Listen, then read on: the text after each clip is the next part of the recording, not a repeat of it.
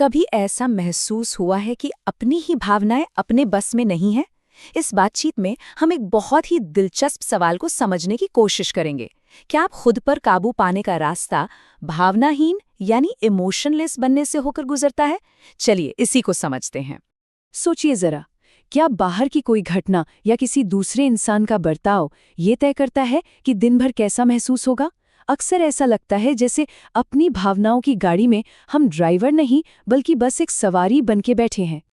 जैसे किसी ने थोड़ी सी तारीफ कर दी तो चेहरा खिल गया, और किसी ने कुछ उल्टा सीधा बोल दिया तो सारा मूड ही खराब हो गया। ये बहुत आम है ना? इसका मतलब यही है कि हमारी जो इमोशनल स्टेट है वो अक्सर बाहर की दुनिया का एक रिएक्शन होती है, हमारी अपनी चॉइस नहीं। तो आइए अपने पहले खंड में यही समझते हैं कि हम कैसे एक इमोशनल कठपुतली की तरह बन जाते हैं जिसकी डोर अक्सर किसी और के हाथ में होती है। तो ये भावना यानी इमोशन आखिर है क्या? एकदम सीधे सीधे कहें तो ये हमारे अंदर का एक सिग्नल है, एक तरह का अलर्ट जो हमें बताता है कि हम किसी सिचुएशन को अपने लिए अच्छा समझ रहे हैं या बुरा। अब आती है सबसे सबसे जरूरी बात, ध्यान से सुनिएगा। कोई भी सिचुएशन अपने आप में अच्छी या बुरी नहीं होती। हम उसे जो मतलब देते हैं, हम अपने मन में जो कहानी बनाते हैं, असल में वही हमारी भावनाओं को जन्म देती है। और इसीलिए एक ही घटना पर दो लोग बिल्कुल अलग अलग तरह से रिएक्ट कर सकते हैं। अच्छा, अब थोड़ा और अंदर चलते हैं अपने दिमागी कमांड सेंटर में।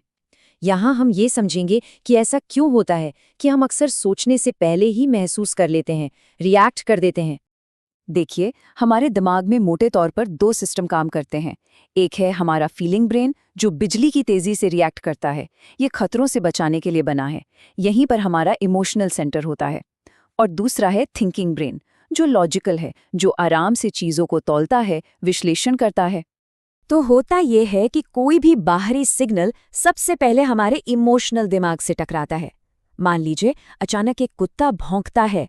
हमारा पहला रिएक्शन क्या होगा? डर कर पीछे हटना। इसके कुछ पल बाद वो सिग्नल हमारे सोचने वाले दिमाग तक पहुंचता है, जो ये सोचता है कि अच्छा, क्या सच में कोई खतरा है?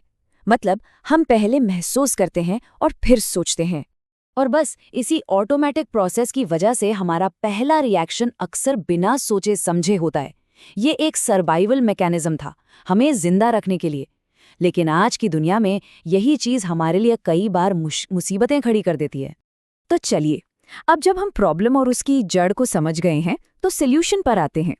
इस खंड में हम उन 4 चाबियों के बारे में बात करेंगे जो इमोशनल कंट्रोल का ताला खोलने में हमारी मदद कर सकती हैं। देखिए, ज्यादातर लोग इमोशन से डील करने के लिए 2 ही रास्ते अपनाते हैं, और दोनों ही गलत हैं। या तो वो तुरंत रिएक्ट कर देते हैं या फिर उन्हें अंदर ही अंदर दबाने की कोशिश करते हैं।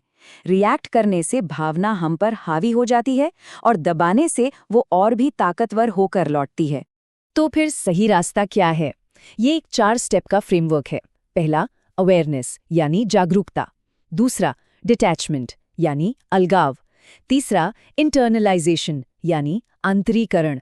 और चौथा, लॉजिक यानी तर्क। चलिए एक एक करके इन्हें समझते हैं। पहली चाबी है जागरूकता। इसका मतलब है अपनी भावना को बस एक दर्शक की तरह देखना, बिना उसे सही या गलत कहे। जब हम सोचते हैं मैं गुस्सा हूं, तो हम खुद गुस्सा बन जाते हैं। लेकिन जब हम सोचते हैं अंदर गुस्सा मौजूद है, तो हम उससे अलग हो जाते हैं। और ये छोटा सा दिमागी बदलाव एक गैप बना देता है, एक खाली जगह। ये वो पल है जो आपकी भावना और आपके रिएक्शन के बीच में आता है। और दोस्त, असली शक्ति इसी पल में छिपी है। ये गैप जितना बड़ा होगा, कंट्रोल उतना ही ज्यादा होगा। दूसरी चाबी है विचारों से खुद को अलग कर लेना।